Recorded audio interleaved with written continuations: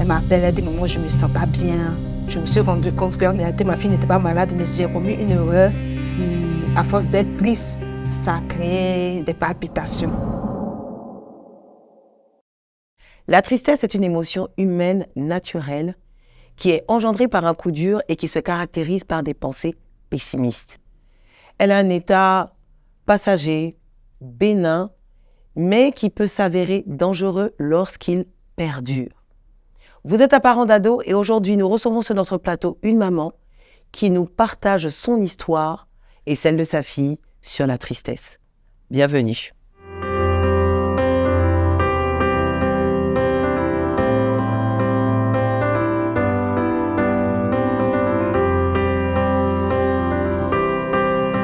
Alors aujourd'hui, nous parlons de tristesse. Un sujet qui n'est pas très gai, mais qui se répand de plus en plus dans nos maisons. Il est important pour nous qu'on ait une sorte de prévention, voire des signes indicateurs. Il est important pour nous que nous puissions travailler à une résolution, à une guérison des cœurs. Alors aujourd'hui, je suis sur le plateau avec Maman Claudine. Maman Claudine, bienvenue à Parents d'ado. Merci, continue. Est-ce que tu peux nous parler un peu de l'expérience que tu as vécue avec la tristesse? D'accord, c'est bien. Je suis Maman Claudine, mère d'une fille avec qui je vis au quotidien. Ça n'a pas toujours été facile. Depuis sa naissance, avant sa naissance, j'avais certains projets. J'avais certains projets de voyage et après cela, il y a eu sa grossesse et puis elle est née. Donc, quelques temps après, chaque fois que la petite, elle était à bas âge, avant son adolescence, si je peux le dire ici, à chaque instant, je lui disais, c'est à cause de toi, mes projets ont été interrompus. Je l'accusais au fait. Mais ça ne lui disait rien, parce qu'elle était un enfant. Donc, j'ai pris cette mauvaise habitude, si je peux le dire ici, pour ne pas que les mamans qui vont nous suivre commettent la même erreur. C'est ainsi qu'elle est devenue adolescente. Il y a une semaine de cela, elle a eu un comportement que je n'ai pas apprécié, je n'ai pas du tout apprécié. Et je lui ai dit les mêmes propos. À cause de toi, j'ai interrompu mon voyage, je devais aller en Europe. Tu sais, comme si c'était à la base, à la cause de ce projet interrompu entre griffes. Voilà. Et c'est comme ça, ma fille en question s'est sentie référée, s'est sentie accusée, comme si elle était à la base d'un malheur entre griffes qui m'était arrivé. Donc après cela, la petite s'est renfermée sur elle. Quand elle va à l'école, de l'école, elle est chez elle à la maison. Elle est arrivée à la maison, quand je lui parle, elle me répond, elle fait l'essentiel, elle mange, elle étudie, elle fait ce qu'elle a fait. Mais j'ai senti que cette parole que je disais hier, à son bas âge, aujourd'hui, j'ai senti que cette parole a affecté son âme. Donc c'est ici, j'ai commencé à culpabiliser, commencé à prier intérieurement, demander au Saint-Esprit de m'aider à résoudre cette situation. Parce que j'ai constaté que ma fille était devenue triste, elle était devenue, je ne peux pas dire amère, puisqu'elle ne me manquait pas de respect, mais elle était beaucoup enfermée. Mais je sentais beaucoup de tristesse en elle.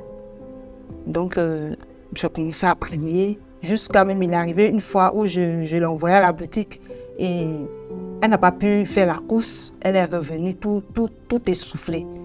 Elle m'appelle, elle dit, maman, je ne me sens pas bien. Je me suis rendu compte qu'en réalité, ma fille n'était pas malade, mais j'ai commis une erreur qui, à force d'être triste, ça a créé des palpitations. Et c'est comme ça que j'ai commencé à me reporter, demander au Seigneur vraiment de m'aider à résoudre cette situation le plus tôt. Je me suis reportée devant le Seigneur et arrivée à la maison, j'ai causé avec ma fille. Je lui ai présenté mes excuses. Wow. Je lui ai présenté mes excuses, je lui ai demandé pardon pour l'acte que j'ai posé. Parce que je ne me suis pas rendu compte qu'elle est devenue grande maintenant. Parce qu'en tant que parent d'ado, nous devons savoir faire la part des choses. Voilà, arrivé à ce moment, nous devons changer notre manière de parler à nos enfants. Wow. Parce que quand ils deviennent ados, ils comprennent plus que quand ils étaient enfants. Donc ça veut dire que non seulement elle avait reçu ces paroles qui lui avaient fait mal, mais physiquement, ça s'est ressenti même physiquement. Ça s'est ressenti physiquement sur elle. Parce que de nature, à la base, nous sommes joviales. Voilà, à la base de nature, nous sommes souriantes, la joie, nous manifestons la joie divine. Bon, la joie naturelle. Bon, après divine, ça veut dire. Voilà. Donc, quand tu es triste, ou bien quand la colère, tu sens un peu de douleur au niveau de la poitrine, puisque ce n'est pas ta nature, en fait. Donc, ça fait qu'elle s'est tellement fâchée, elle était amère. Elle se disait même que sa naissance était en griffe une horreur. Parce que c'est à cause de sa naissance que je ne suis plus partie, que je n'ai pas pu, comment dirais-je, aller en Europe dans le temps.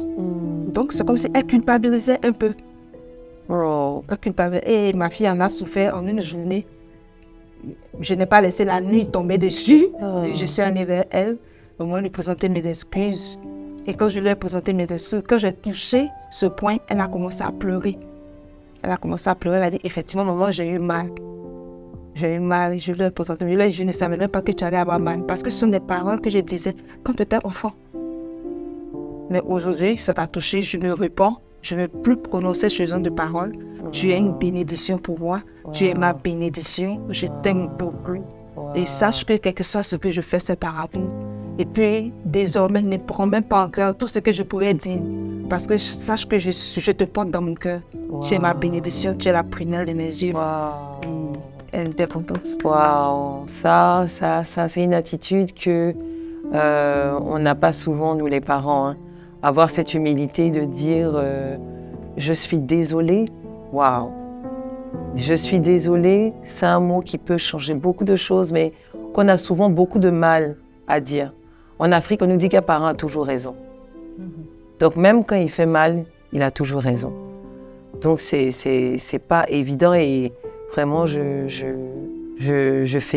vous félicite vraiment pour cette attitude-là. Et on peut voir que donc c'était juste une parole comme ça qui aurait pu créer en elle une semence d'amertume, emmener elle à se poser des questions. Parce que quand c'est comme ça, la pensée va loin. La tristesse emmène les pensées loin en se disant mais en fait je vis pourquoi je suis née, puisque je gâche la vie de ma mère, autant m'en aller. Et c'est comme ça qu'on voit des jeunes, des fois qui en arrivent au suicide. On dit ah mais elle était très souriante, mais quelque chose peut se passer comme ça. Et en un clin d'œil, tout peut changer. Et la Bible nous parle de la tristesse en disant qu'elle ronge les os. Effectivement. C'est-à-dire que c'est pas seulement l'âme et le sentiment, c'est-à-dire que même dans la chair, on peut être rongé par la tristesse. Et je veux vraiment que nous puissions prendre conscience de ce phénomène de dépression et de tristesse que souvent on néglige. On n'en voit pas les signes. Dans ton discours, tu disais « j'ai remarqué que ». J'ai observé que. Ça veut dire que, quelque part, tu faisais attention à elle. Effectivement. On est souvent tellement occupé qu'on ne fait pas attention. On ne se rend pas compte que l'enfant ne mange plus. On ne se rend pas compte qu'il dépérit. On ne se rend pas compte qu'il se renferme. Pourquoi ? Parce que, justement, on est trop occupé. Tout à fait. Et là, on réalise qu'il est important pour nous de voir les signes, la prévention de la tristesse. Avant même qu'on en arrive à la dépression ou à la mutilation ou même au suicide, on se rend compte qu'il y a des signes. Il y a des signes. On va baisser la tête et on va prier. Que Dieu nous donne des parents avenants, que nous puissions avoir l'œil, que nous puissions faire attention, que nous puissions poser des questions et peut-être même aller encore plus loin, dire pardon. Quelquefois, le parent n'a peut-être pas tort, hein, mais la parole a fait mal. Parce que quelquefois, l'enfant fait quelque chose et tu as l'impression que la parole que tu lui dis, c'est une vraie parole. En disant vraiment, à chaque fois que je te confie quelque chose, tu fais toujours mal. C'est peut-être vrai dans les faits. Mais est-ce que c'est une parole qui porte un bon fruit? De dire à un enfant, de toute façon, tu fais toujours mal. De toute façon, à chaque fois qu'on te fait confiance, c'est toujours toi. Tu n'es pas capable, Ce ne sont pas des paroles qui portent un bon fruit. Alors que nous, en tant que parents, ce que nous voulons, c'est que nos enfants manifestent un bon fruit, que ce soit des gens qui aient confiance en eux, que ce soit des personnes qui soient épanouies. Donc arrêtons de vouloir dire la vérité. Ça ne résout pas, ça aggrave. Baissons la tête et prions. Seigneur Jésus, merci parce que tu nous parles de la tristesse. Nombreux sont ceux qui sont tristes dans le silence, dans les maisons. Nombreux sont ceux qui vivent la dépression sans même que papa ni maman le voient ni le constatent. Mais nous voulons parler aujourd'hui afin qu'un parent fasse attention, que tu ouvres l'œil d'un parent, afin qu'il voit qu'il y a quelque chose qui cloche, que quelque chose se passe. Saint-Esprit, viens et visite nos maisons, apporte la joie et la paix. Donne-nous, qui sommes parents, être des personnes qui portons de bonnes paroles sur nos lèvres, même lorsque nous ne sommes pas contents, que nous ayons la bonne attitude. Donne-nous d'être des personnes qui puissent avoir de la patience, puissent se contenir et ne pas être colériques, ne pas s'emporter rapidement. Merci Seigneur Jésus, parce que alors que nous prions, tu visites nos familles, tu visites nos cœurs, nos caractères, et tu nous aides à être de meilleures versions de nous-mêmes. Merci Père pour ce temps. Merci Père pour les exaucements. Au nom puissant de Jésus, nous avons prié. Amen.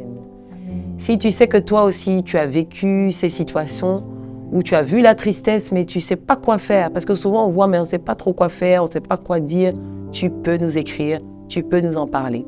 Abonne-toi à nos pages Facebook et Instagram, à nos pages TikTok aussi, Coach Meliou, et nous nous retrouvons donc mercredi prochain.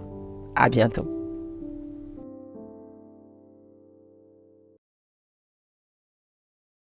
On n'en a jamais parlé.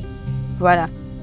Donc, c'est Google qui a été mon maman. Wow. C'est quand c'est Google qui a été ma maman, Google a été mon papa. Même j'ai une grande sœur, mais il n'y a jamais eu ce contact-là. On ne connaît pas ça.